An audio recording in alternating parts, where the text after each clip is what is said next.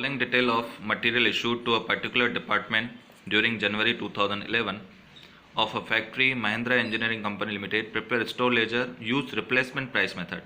अब बेटा पहले आपको मैंने सिखा दिया था फीफो, फिर मैंने आपको सिखाया लीफो, अब आज कर रहे हैं हम replacement price method. Opening balance आपको मिला है 400 यूनिट 4 रुपये के हिसाब से।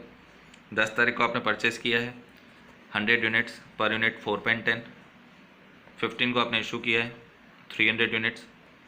18 को आपने परचेस किया है 200 यूनिट 4.30 के हिसाब से। 21 को आपने इशू किया है 250 यूनिट्स। 26 को आपने बेटा परचेस किया है 400 यूनिट। 27 को आपने इशू किया है 200 यूनिट। 28 को आपने परचेस किया है 100 यूनिट 4.60 के हिसाब से। 31 को आपने क्या किया, इशू किया है 300 के हिसाब से। अब आप बोलोगे सर इसमें फ़र्क क्या, तो नीचे देखो आपको कुछ रेट मिले हुए हैं इशू के लिए। तो the replacement value of different date are as under. तो 15 तारीख को जो आपने इशू किया है ना, देखो तो उसका रेट क्या चल रहा है 4.20। फिर 21 को जो आपने इशू किया उसका रेट क्या चल रहा है बेटा 4.40। 27 को भी आपने इशू किया था वो उसका रेट क्या चल रहा है 4.60। और 31 को आपने जो इशू किया है उसका रेट क्या चल रहा है 4.80। यानी ईजीएस्ट सम है। क्यों? क्योंकि फीफो में और लीफो में तो हम क्या करते हैं, जो प्राइस मिला होता है वही नीचे लेके आते हैं। इसमें तो मिला ही हुआ है कि इशू इतने में ही करना है। तो चलिए शुरू करेंगे। तो मेथड का नाम है बेटा स्टॉक रजिस्टर में अंडर रिप्लेसमेंट मेथड, ठीक है। रिसिप्ट, इशू और बैलेंस। 2011 जनवरी ओपनिंग स्टॉक बेटा कितना मिला हुआ था 400, 4 रुपये के हिसाब से 1600। As it is copy to copy हम बैलेंस में लिखेंगे, ठीक है। 10 तारीख को आपने फिर से परचेस किया 100 4.10 के हिसाब से 410। अब रिप्लेसमेंट बेटा आपको स्टॉक मेंटेन करने की जरूरत नहीं है, नीचे लेके आने की कोई जरूरत नहीं है। आपको डायरेक्ट जैसे बिन कार्ड में प्लस करते थे उसी तरह आपको क्या करना है, यहाँ पे भी प्लस करना है। यानी पहले आपके पास 400 क्वांटिटी थी, 100 आपने परचेज कर दिए, तो 400 और 100 कितने होते हैं बेटा 500। इसमें रेट को, बैलेंस में रेट को मेंटेन नहीं करना, क्योंकि परचेज का भी आपको रेट मिला हुआ है और सेल का भी आपको रेट मिला ही हुआ है। तो 1600 और 410 कितना होता है 2010। 15 तारीख को बेटा आपने क्या किया, इशू किया है। आपका एमआर नंबर मिला हुआ है 37, क्वांटिटी आपकी है 300 और नीचे क्वेश्चन के नीचे 15 तारीख में इशू का रेट मिला हुआ है, वो कितना मिला हुआ है 4.20। तो 3 into 4.20 का बेटा कितना आएगा 1260। तो यहाँ आप ध्यान दें कैसे होगा कि आपने 300 इशू कर दिया, आपके पास क्वांटिटी पड़ी थी 500 बैलेंस में, जिसमें से 300 चले गए, मैंने इसलिए क्लिक किया यहाँ पे। तो 500 में से बेटा 300 चले गए, तो रिमेनिंग कितने बच गए 200। 2010 में से 1260 बेटा चले गए, तो बाकी रिमेनिंग कितने बच गए 750। तो आपको यहाँ पे रेट जो है वो मेंटेन करने की जरूरत नहीं है। यहाँ पे मैंने भूल से लिख दिया है, ये भी मेंटेन करने की जरूरत आपको नहीं है। अब 18 तारीख को आपने परचेस किया है, ठीक है। तो 200 4.30 के हिसाब से 860। पहले से बेटा आपके पास कितने थे 200 थे, 200 दूसरे आ गए, टोटल करेंगे तो कितना आएगा 400।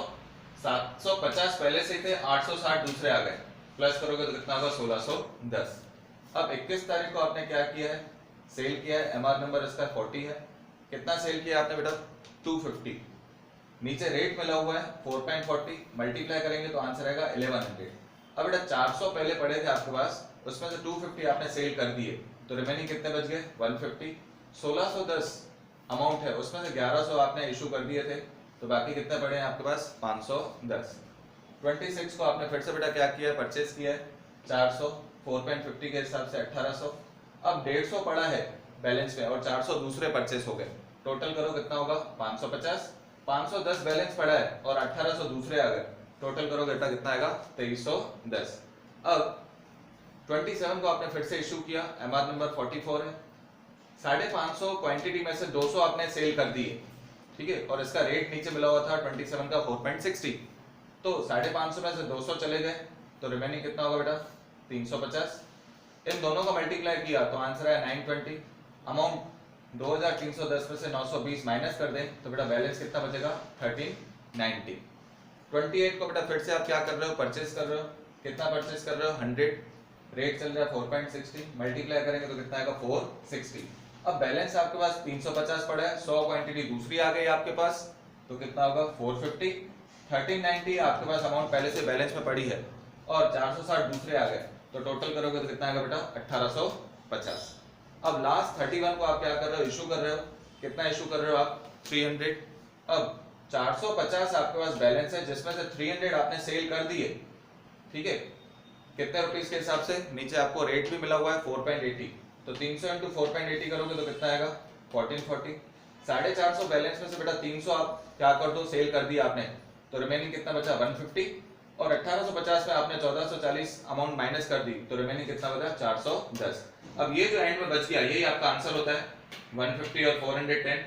कैसे करेंगे इसको वेरीफाई, तो क्वांटिटी का टोटल करेंगे, अमाउंट का बेटा टोटल करेंगे, फिर से क्वांटिटी का टोटल करेंगे और अमाउंट का टोटल। क्वांटिटी में से क्वांटिटी माइनस करो बेटा, आंसर क्या आएगा 150, अमाउंट में से अमाउंट माइनस करोगे तो आपका आंसर यही आएगा 410। तो यहाँ पे जो आपका सम है वो कंप्लीट होता है।